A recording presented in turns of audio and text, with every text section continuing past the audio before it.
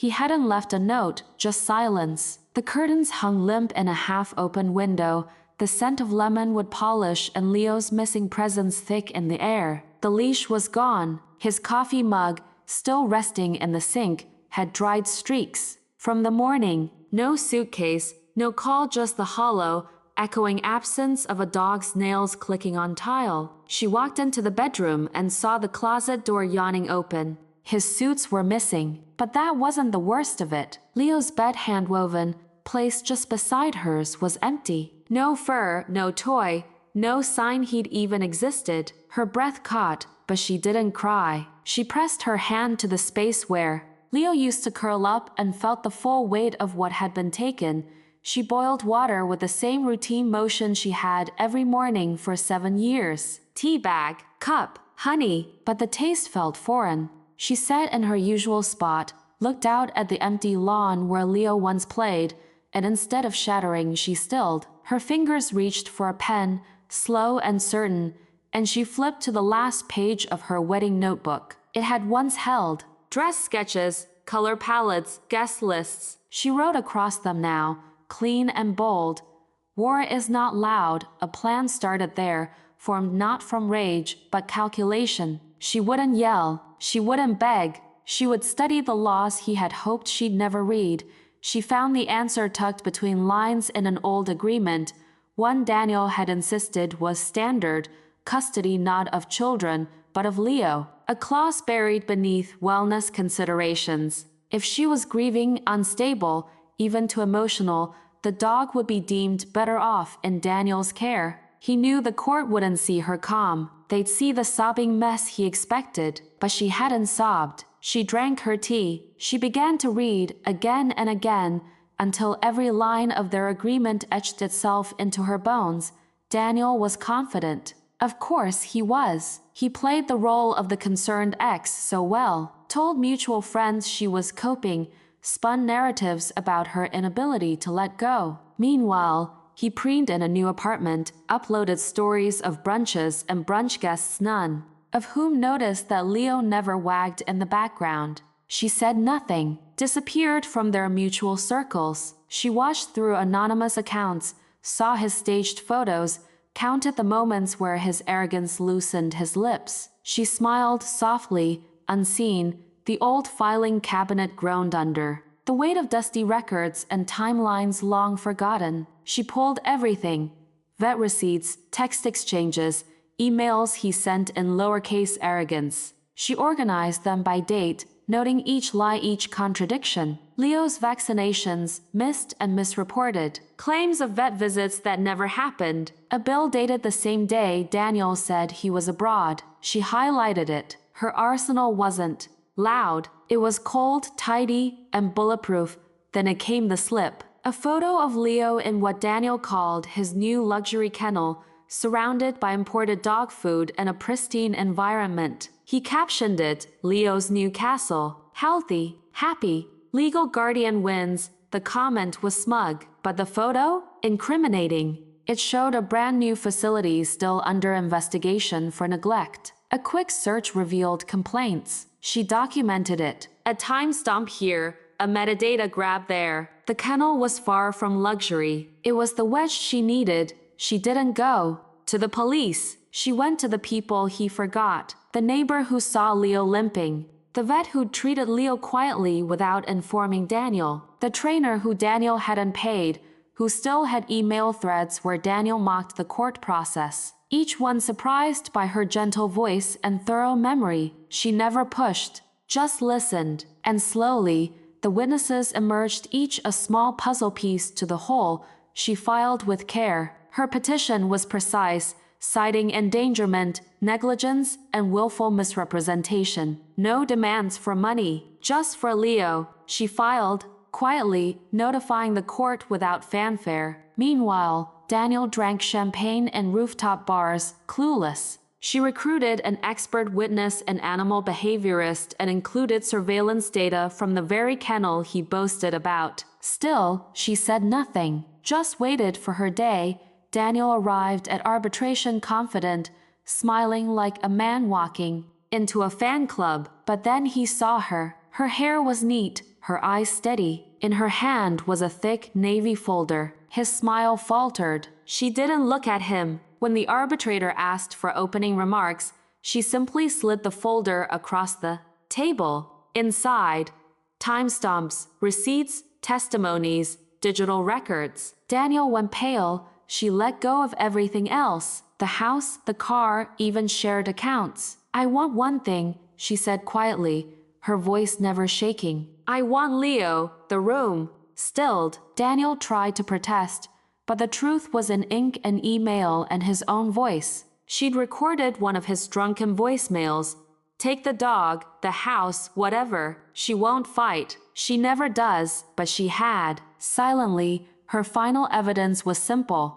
A vet record showing Leo's untreated paw infection left for weeks. Under Daniel's care, the behaviorist testified next, confirming signs of distress and neglect. She didn't gloat, just waited. The ruling took all of 5 minutes. Leo would be returned immediately. Daniel was sanctioned. She didn't react, only nodded once. Outside the courtroom, Leo wagged for the first time in months. He ran to her, tail blurred, eyes wet. She knelt and wrapped him in the same blanket he'd known since puppyhood. She didn't cry, just whispered, "Home." Around them, people stared, but she said nothing. No applause, just silence returned.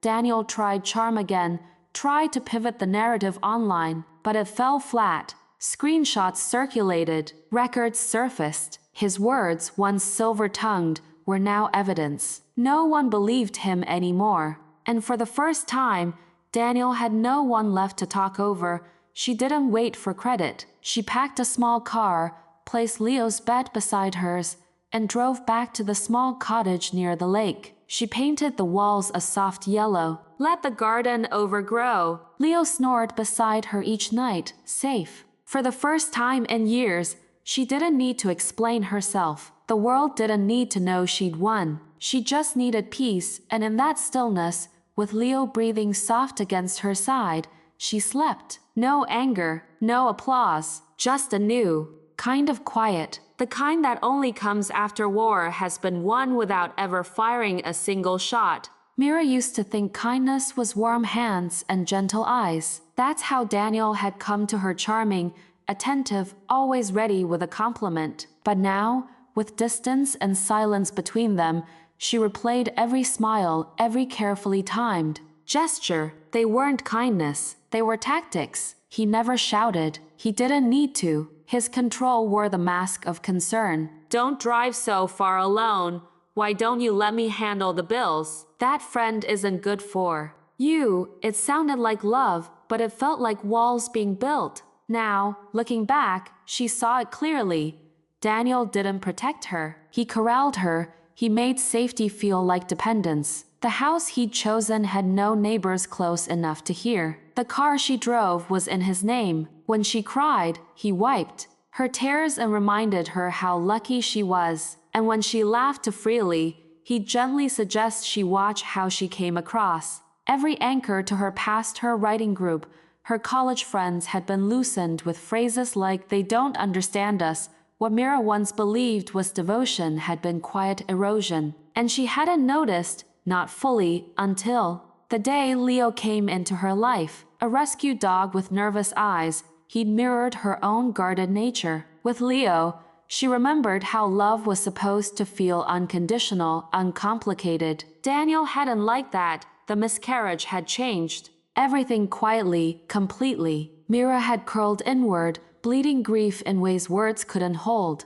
Daniel, efficient and polite, had arranged appointments, handled logistics, but never once sat beside her in the dark. When she wept on the bathroom floor, he'd stepped over her. "Don't wallow," he said. "We move on." But Mira couldn't. Not then. And so, she found herself whispering secrets to Leo, burying her sorrow in his fur. Daniel noticed. He began complaining about the dog's smell, about the hair, about how Mira used him as a crutch. That was the moment she understood. Daniel couldn't bear to witness her grief because it wasn't about him. The illusion cracked. Daniel began tightening his grip under the pretense of helping her cope. He insisted on handling their accounts, then moved funds without telling her. Mira found paperwork documents she never signed, investments she didn't know about. He told her it was just for now, then came the lawyer. Daniel framed it as a precaution, just in case, claiming it was for her protection. But the documents spoke otherwise. Prenups rewritten post-dated, hidden clauses about property and custody, even medical decision power. Mira felt the knife beneath his smile. Every "I love you" had been repurposed as leverage. She believed the court would see it, that logic and truth and transparency would carry the day. But when the judge read the ruling, her hands went numb. The courtroom didn't echo justice. It echoed like a funeral. Daniel had painted her grief as instability, had cited her therapy visits as proof of unfitness. He walked out with the dog. Leo, ears flat, looked back once. That look shattered what was left of her heart. And in that silence, Mira knew Daniel hadn't won. He'd made his final mistake. Later, outside the courthouse, he smiled as if nothing had happened, leaned close and whispered, "I always land on my feet." That grin so careless, so rehearsed, wasn't just smug. It was telling. He thought the story was over, but Mira heard more in those words than he meant to give. She saw the crack, the hubris, the belief that no one could ever outmaneuver him. She didn't flinch, didn't respond, just let him walk away, believing she was broken. But Mira didn't cry. Not once. Not that day. Not that night. She sat by the window, hands still, mind sharper than it had ever been. Her pain no longer bled. It cooled, concentrated. The house echoed around her, empty now except for the space Leo used to fill. Daniel had taken everything he thought mattered, but he had underestimated the silence. He didn't hear the turning gears behind her eyes. He didn't see the blade forming in her restraint. Because revenge wasn't fire, it was focus. And Mira had just begun sharpening, Chat Gap said. While Daniel flaunted his new life like a freshly polished trophy, Mira moved through hers with deliberate stillness. He posted pictures of champagne brunches, gym selfies, and weekend getaways, each one laced with the kind of hollow joy that needed an audience to feel real. But Mira wasn't watching to feel pain. She was watching to learn. Every post was a pattern. Every smile was a clue. While he performed freedom for the world, she reconstructed herself piece by quiet piece, her silence no longer submission, but strategy. He thought her absence meant surrender. In truth, it meant recalibration. The paper trail began innocently, a casual glance at their old joint account, which Daniel had assumed she'd forgotten. But numbers don't lie. A withdrawal here, a shifted asset there. The patterns didn't make sense until they did. Mira spent late nights poring over tax filings, each spreadsheet like a confession. Income hidden under shell companies, expenses routed through names she didn't recognize. She didn't cry. She cross-referenced. She tracked one wire transfer all the way to a private holding account registered in a city Daniel claimed to hate. He hadn't just left her. He laundered his betrayal through carefully folded layers of financial deceit. By day, Mira continued her engineering work with precision, drafting blueprints, solving bridge stress equations, managing crews. But by night, she learned a new language, the language of legal power. She devoured contract law, property disputes, and financial fraud case studies. She wasn't looking to scream. She was looking to strike where it mattered. Slowly, she understood how everything Daniel had hidden could be uncovered, not with drama, but with documentation. The law wasn't just a system, it was a tool. And Mira, for the first time, held the handle. One night, a memory surfaced, an offhand comment Daniel made during a vacation, bragging about a backup investment property. She dismissed it then, distracted by grief. Now it echoed. She scoured public records and found nothing under his name. But Daniel was clever, not careful. One of the shell companies listed a property deed in a name she recognized, a cousin who'd once asked her for money. Mira reached out. Casual, light. The cousin, oblivious and eager to brag, confirmed everything. A 2-bedroom townhouse, technically his, but paid in full by Daniel. A ghost house, hiding in plain sight, Mira built her way in gently. Using an alias, she reached out to people from Daniel's past old classmates, former business partners, ex-friends who'd been quietly discarded. She didn't ask for favors, she asked questions. She listened, and the past spilled. Stories of unpaid loans, a mentorship sabotaged, a nonprofit donation that mysteriously disappeared. She collected every grievance, every overlooked wound. With each message, she became the stranger who knew too much, each word carefully chosen, each detail documented.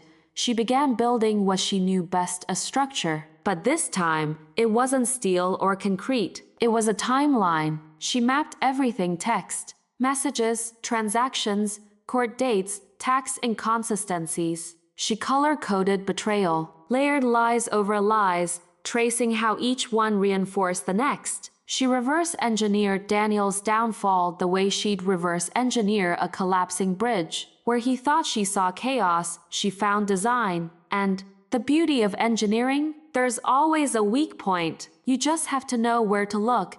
Daniel, meanwhile, fed his own illusion. He posted photos of Leo lounging in backyards Mira knew didn't belong to him, captioned them with smug, polished lines. New chapter, peace, finally. What he never noticed were the comments, some curious, some pointed. People Mira had quietly tipped off, asking innocent questions with loaded intent. His replies got shorter, defensive. She could see the panic beginning, though he didn't yet know why. His arrogance had once insulated him. Now it isolated him. He received a letter one morning, postmarked anonymous. Inside was a single line: "Hope, you're settling in." No return address, no signature, but he recognized the handwriting, the slight tilt of the E, the sharp cut of the T, and suddenly, the champagne didn't taste right. He thought she was broken, thought she'd vanished. But as he stood in his borrowed home, built on lies and stolen assets, Mira stood in a house of her own making, surrounded by timelines, witness lists, notarized affidavits, and quiet, irrefutable power. The walls weren't just closing in. They'd already moved. She had redrawn the battlefield. And he had never even seen her build a dot. It started with a typo, a routine filing, a clerk's oversight, a misnamed form. To Daniel, it was nothing. But to Mira, it was everything. A simple clerical slip exposed a sliver of vulnerability, like the edge of paper that draws blood when you least expect it. One asset, half forgotten, half buried, had never been properly transferred, and on paper legally it was still partially hers. That paper, unnoticed by Daniel's parade of advisors, became Mira's blade, and she didn't need to swing it. She simply filed a notice of interest. The rest unfolded like gravity. Daniel, ever confident, never checked. He moved fast, moved loudly, always certain the system worked in his favor. So when he filed a refinance to free up capital for a flashy investment, he did it under the wrong LC, a defunct entity tied directly to an account Mira had once co-signed. A banker flagged the name. An underwriter froze the file. The system paused long enough for someone to ask questions. And by the time Daniel's team noticed the snag, Mira had already submitted her challenge. His refinancing attempt had unwittingly brought a ghost asset back to life, one that now stood under her name, her control.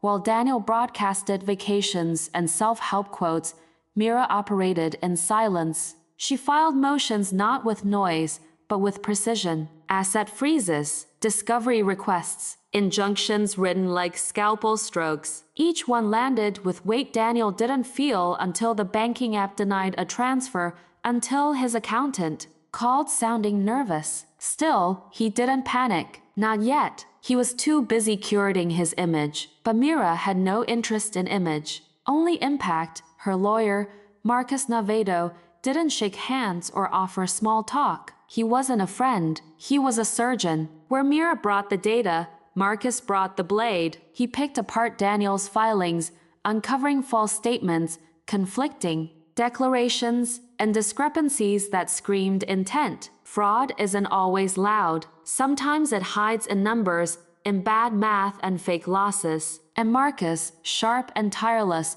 built a case so methodical it needed no flair. "We don't accuse," he told Mira once flatly. "We expose." And so the letters began. Not emails, letters. Certified, official, and cold. A court notice, an audit request, a subpoena demanding Daniel's presence and records. Each envelope chipped away at his control. And for the first time, Daniel couldn't craft the narrative. No amount of charm, no strategic omission could dilute what the documents made plain. He tried to delay, tried to bluff, but every stall made him look weaker. The timeline was no longer his to set.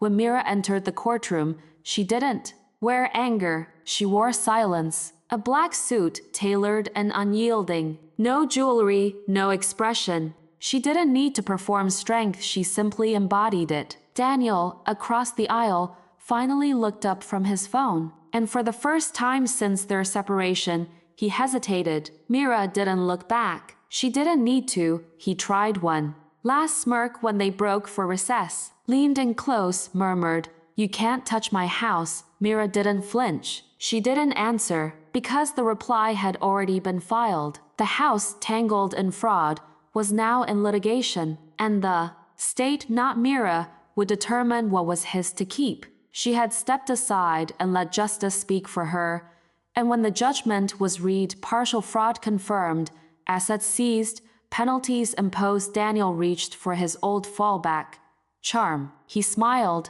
but there was no one left to impress. No lawyer shook his hand, no ally met his eyes, and across the courtroom, Mira sat perfectly still, expressionless. Not vindictive, just done. For the first time since he walked out, Mira saw him cornered, not with rage, not with flair, but with quiet, complete inevitability. And in that moment, she said nothing at all, because her victory didn't need a voice. It had already spoken. It collapsed faster than she expected what he built on charm and deceit. Mira didn't scream or threaten. She filed, she followed. Paper trails he never thought anyone would bother to trace. The LLCs, the false expense reports, the shell bank accounts he assumed were buried beneath enough smoke and mirrors. But smoke clears, and paper doesn't lie. One court filing led to another, and the house of cards Daniel built on fraud,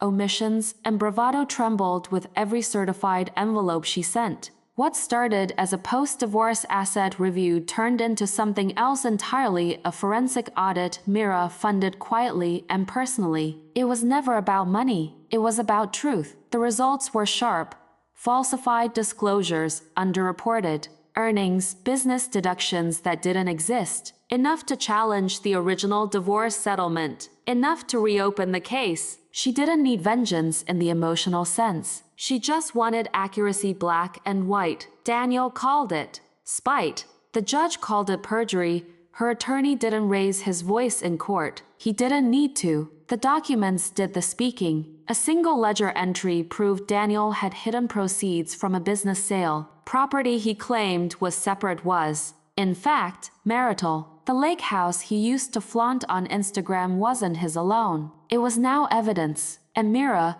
steady and prepared, laid claim with nothing more than signatures and receipts. The courtroom didn't erupt. It inhaled, quietly, as if watching a storm turn back on itself. Daniel laughed when he first heard the word auction. He assumed it was a bluff, but as the bank moved forward due to liens Mira legally revived, his laughter died. The property couldn't cover the debts, and the court had ruled the house was part of the marriage estate. On auction day, he stood across the street, not allowed to bid, forced to watch as Mira, calm and unreadable, won back the keys he once used to lock her out. She didn't even glance in his direction. The hammer fell. Ownership changed hands, not with fire but with finality. There was still one thread left, one he'd thought too small to matter. Leo, the dog he refused to return. The dog Mira had raised, trained, and loved long before Daniel saw the value in keeping him. She didn't argue. She filed therapy logs, vet receipts, obedience records, all in her name. And quietly, like everything else, it passed through court. No dramatic showdown, just proof and patience. Daniel tried to challenge it, but his only evidence was presence. The court needed care, and Mira had pages of it.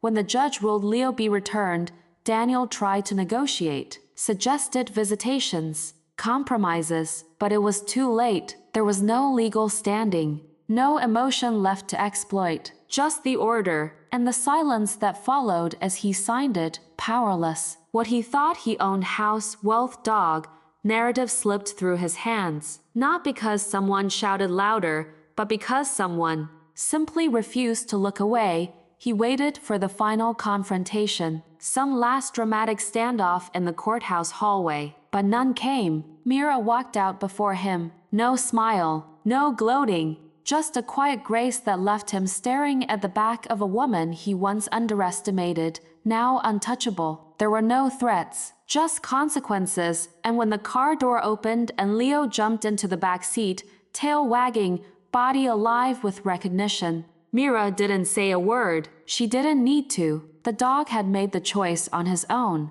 As they pulled away, Daniel stood frozen on the curb, unable to call out.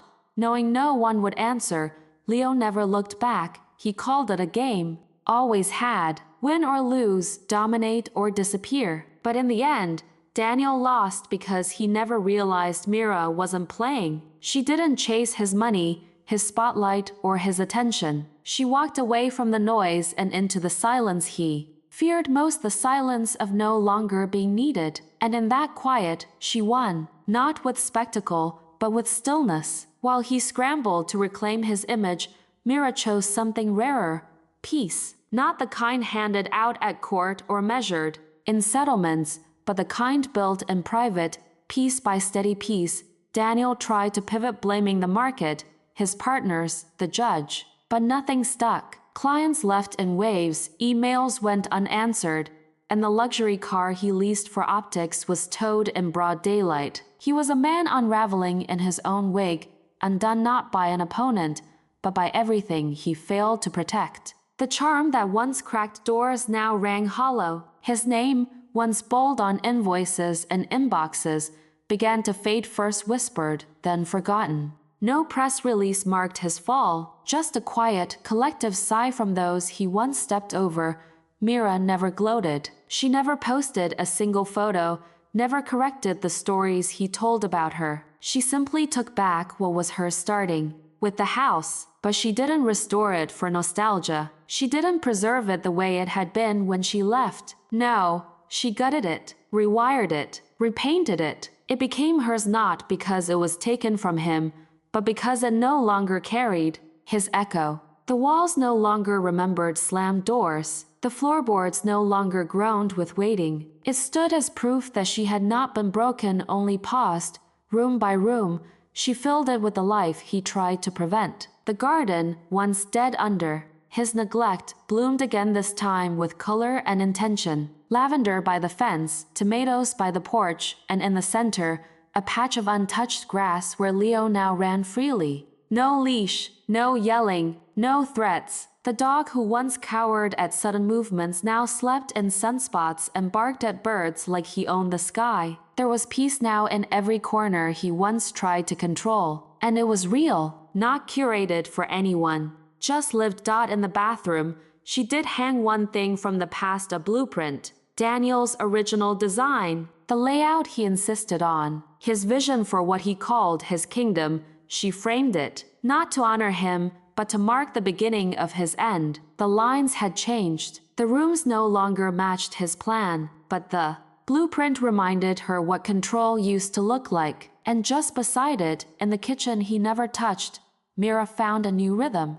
The sound of laughter over dough rising, friends clinking glasses, music that didn't need permission. The house breathed again. This time, in her voice, people asked her how she stayed so composed, how she knew exactly where to strike. She never offered the full answer, but one night, she smiled and said quietly, "He showed me where to aim," and it was true. Every cruel comment, every withheld truth, every plan he made without her, each one pointed her in the right direction. The final blow wasn't loud. It wasn't a public moment or a crushing verdict. It was her smile, wide and full, in the home he once ruled. The life he tried to take had become the one she built, and Leo, curled at her feet, never looked back.